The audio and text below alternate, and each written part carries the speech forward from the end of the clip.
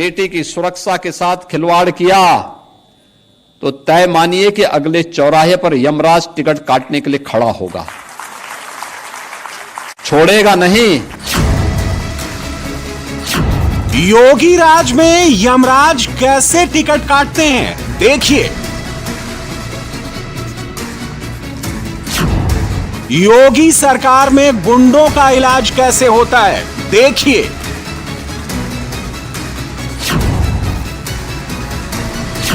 योगी की पुलिस बदमाशों का एनकाउंटर कैसे करती है, देखिए। योगी की पुलिस इस वक्त फुल एक्शन में है। गाजियाबाद, कानपुर, बुलंदशहर, जालौन, मुरादनगर जैसे कई शहरों में धड़ाधड़ एनकाउंटर हुए हैं। पिछले 24 घंटे में 5 शहरों में अपराधियों का हाफ एनकाउंटर हुआ है। इन सभी शहरों में इसी तरह लंगड़ाते हुए अपराधियों की तस्वीरें सामने आ रही हैं। यह यूपी का योगी मॉडल है, जिसकी चर्चा आजकल यूपी से ज्यादा बिहार में हो रही है, क्योंकि बिहार में चुनाव है और बिहार में लॉ एंड ऑर्डर एक बड़ा मुद्दा है। योगी आदित्यनाथ यूपी के अपराधियों का जिस तरह इलाज कर रहे हैं, उसका एक मोटा मोटा आंकड़ा आपको दे देते हैं, जिससे आपको अंदाजा हो जाएगा कि यूपी में सख्त कानून व्यवस्था के पीछे की वजह क्या है। यूपी में योगी सरकार के आने के बाद से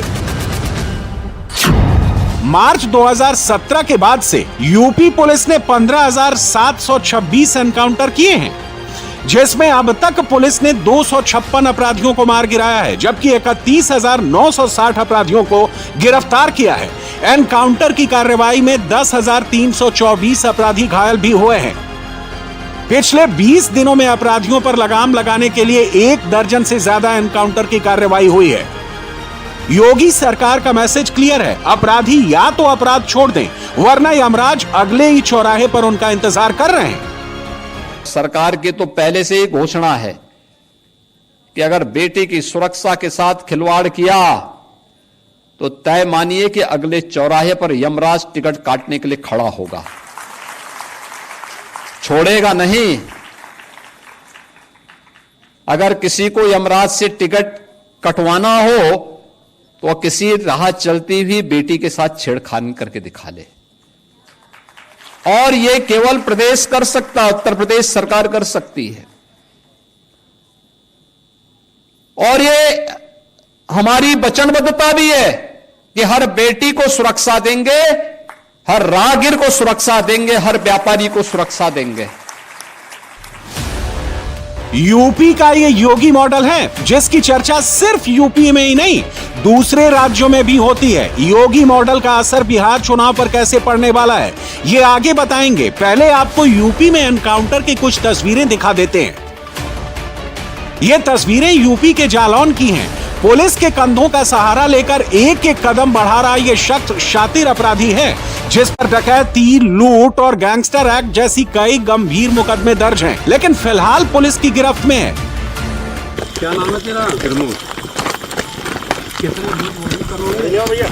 गाड़ी लेके आओ,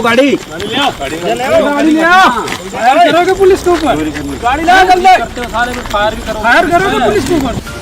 14 अक्टूबर की रात पुलिस को प्रमोद दोहरे नाम के इस अपराधी के बारे में इनपुट मिला, तो पुलिस ने इसे पकड़ने के लिए घेराबंदी की, लेकिन जैसे ही इसने पुलिस को देखा तो फायरिंग करके भागने लगा। जवाबी कार्रवाई में पुलिस ने इस पर गोली चलाई, जो सीधे प्रमोद के पैर में लगी। इसके बाद पुलिस ने इसे पकड़ लिया और इसके साथ ही जय सिंह ने भी सरेंडर कर दिया। यूपी पुलिस ने इन दोनों के पास से 2 तमंचे, कारतूस, 10,500 रुपए, मोबाइल और बाइक बरामद की है। चेकिंग स्थल पर जब ये पहुंचे दोनों अपराधी, पुलिस की टास देखकर अचानक मोड़े, फिसलने के बाद जब पीछे से टीम ने इनको गिरफ्तार करने का प्रयास किया तो एक फायर किया पुलिस के ऊपर, चेतावनी दी गई, पुनः पेड़ का ऊँट लेकर पुनः एक फायर किया। आत्मरक्षार्थ पुलिस बल ने भी फायर किया तो एक अपराधी प्रमोद दोहरे के दाहिने पैर में गोली लगी, घायल हो गया। दूसरा जो अपराधी है जय सिंह, उसने सरेंडर कर दिया। दोनों की गिरफ्तारी की गई है। जो घायल अभियुक्त है उसकी प्राण रक्षा के लिए उसको हॉस्पिटल भेजा गया है। इसी तरह की तस्वीरें कानपुर से भी आई। कानपुर में भी पुलिस और अपराधियों के बीच मुठभेड़ हुई है। सिकंदरा पुलिस ने चेन स्नेचर संजय वर्मा को रोका तो उसने पुलिस टीम पर ही फायरिंग कर दी, जिसका जवाब देने में पुलिस ने जरा भी देर नहीं की और पुलिस की गोली सीधे आरोपी संजय के पैर में जाकर लगी, जिसके बाद पुलिस ने उसे गिरफ्तार कर लिया। पुलिस को आरोपी के पास से तमंचा, कारतूस, लूटी गई चेन का टुकड़ा और बाइक बरामद हुई है। 14 अक्टूबर 2025 की रात्रि में थाना सिकंदरा पुलिस द्वारा संदलपुर रोड पर संदिग्ध व्यक्ति व वाहन हेतु चेकिंग की जा रही थी। इसी चेकिंग के दौरान सामने से एक मोटरसाइकिल सवार युवक को आते देखने पर पुलिस द्वारा उसे चेकिंग हेतु रुकने का इशारा किया गया, जिस पर यह युवक पुलिस को देखकर भागने लगा। भागने के क्रम में इसकी मोटरसाइकिल फिसल करके गिर गई, जिस पर ये पैदल पुलिस से दूर भागने लगा। पुलिस द्वारा जब इसका पीछा किया गया तो इसके द्वारा एक अवैध तमंचे से पुलिस पार्टी पर जान से मारने की नियत से फायरिंग की गई। पुलिस द्वारा जब आत्मरक्षार्थ जवाबी रूप से फायरिंग की गई तो इसके बाएं पैर में एक गोली लगी, जिससे ये घायल होकर के गिर गया और पुलिस द्वारा इसे गिरफ्तार कर लिया गया है। गाजियाबाद में भी यूपी पुलिस ने बीती रात 2 जगहों पर एनकाउंटर किया। पहली मुठभेड़ इंदिरापुरम थाना क्षेत्र के वसुंधरा इलाके में हुई। पुलिस ने लोनी के रहने वाले शातिर अपराधी अफजल को एनकाउंटर के बाद गिरफ्तार किया। अफजल पर 25,000 रुपए का इनाम था। अफजल ने करीब 1 महीने पहले अपने साथियों के साथ मिलकर वसुंधरा इलाके में लूट की वारदात को अंजाम दिया था। पुलिस को आरोपी के पास से एक तमंचा और एक मोटरसाइकिल बरामद हुई है। इसी तरह की तस्वीरें यूपी के कई जिलों से आई। इन सभी जगह लूट, डकैती, छेड़खानी, मर्डर जैसे संगीन अपराध करने वाले हर अपराधी का वही अंजाम हुआ जो यूपी में अपराधियों का होता है। यूपी के अपराधियों के मन में एनकाउंटर की दहशत कितनी है, यूपी के गुंडे बदमाशों की यूपी में कैसे शामत आती है, इसे समझना है तो आंकड़े से समझिए। यूपी में सबसे ज्यादा एनकाउंटर मेरठ जोन में हुआ, जहां 8,312 अपराधी दबोचे गए, 3,131 अपराधी घायल हुए और 85 कुख्यात अपराधियों को मौके पर ही मार गिराया गया। इसी तरह वाराणसी जोन में 1,108 मुठभेड़ हुई, जिनमें 2,128 अपराधियों को गिरफ्तार किया गया, जबकि 27 अपराधियों को मुठभेड़ में ढेर कर दिया गया। एनकाउंटर वाले एक्शन में आगरा पूरे प्रदेश में तीसरे नंबर पर है। आगरा में 2,374 एनकाउंटर की कार्रवाई की गई, जिनमें 5,631 अपराधियों को दबोचा गया। इस दौरान 816 अपराधी घायल हुए, जबकि 22 अपराधी मार गिराए गए। गुंडे, माफिया और दंगाइयों पर योगी कैसे एक्शन लेते हैं, ये किसी से छिपा नहीं है। आंकड़े इसकी गवाही देते हैं। योगी भले ही अखिलेश यादव की सरकार से कंपैरिजन करने के लिए ये सारी बातें करते हैं, लेकिन इसका इंपैक्ट दूसरे राज्यों पर भी होता है। प्रदेश पर्व और त्योहार भी नहीं मना पाता था। प्रदेश के अंदर गरीब तबाह होता था, नौजवान पलायन करता था।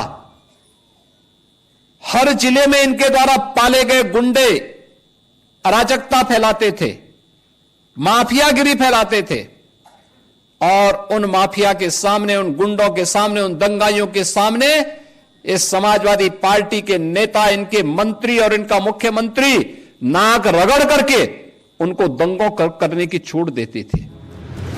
योगी आदित्यनाथ जो मैसेज यूपी के गुंडे, बदमाश और माफिया को देते हैं, उसका असर बिहार के चुनाव पर कैसे पड़ेगा, अब यह समझिए।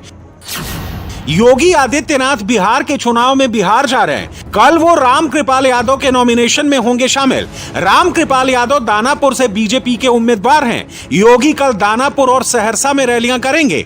पूरे चुनाव में 20 से ज्यादा सीटों पर चुनाव प्रचार करेंगे योगी। सीमांचल और मिथिलांचल में उनकी ज्यादा रैलियां हो सकती हैं। योगी की पॉपुलैरिटी अभी भी जबरदस्त है। बीजेपी हर चुनाव में उन्हें स्टार कैंपेनर बनाती है।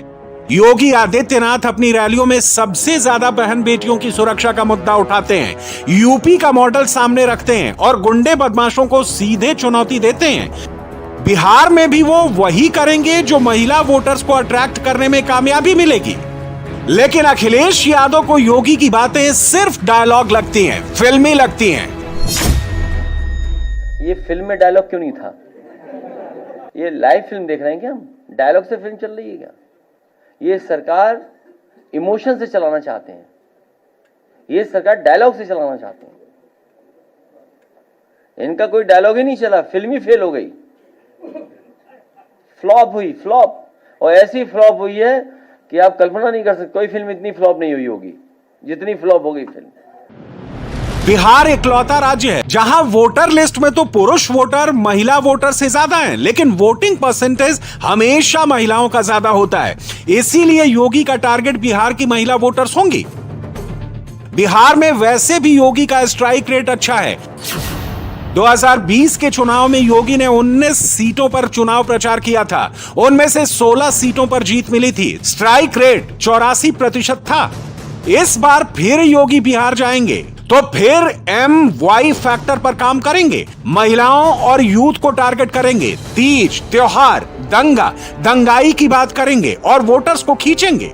उत्साह और उमंग के त्योहार में किसी ने रंग में भंग डालने का काम किया, किसी ने व्यवधान डालने का काम किया, तो जेल की सलाखें उसका इंतजार कर रही होंगी।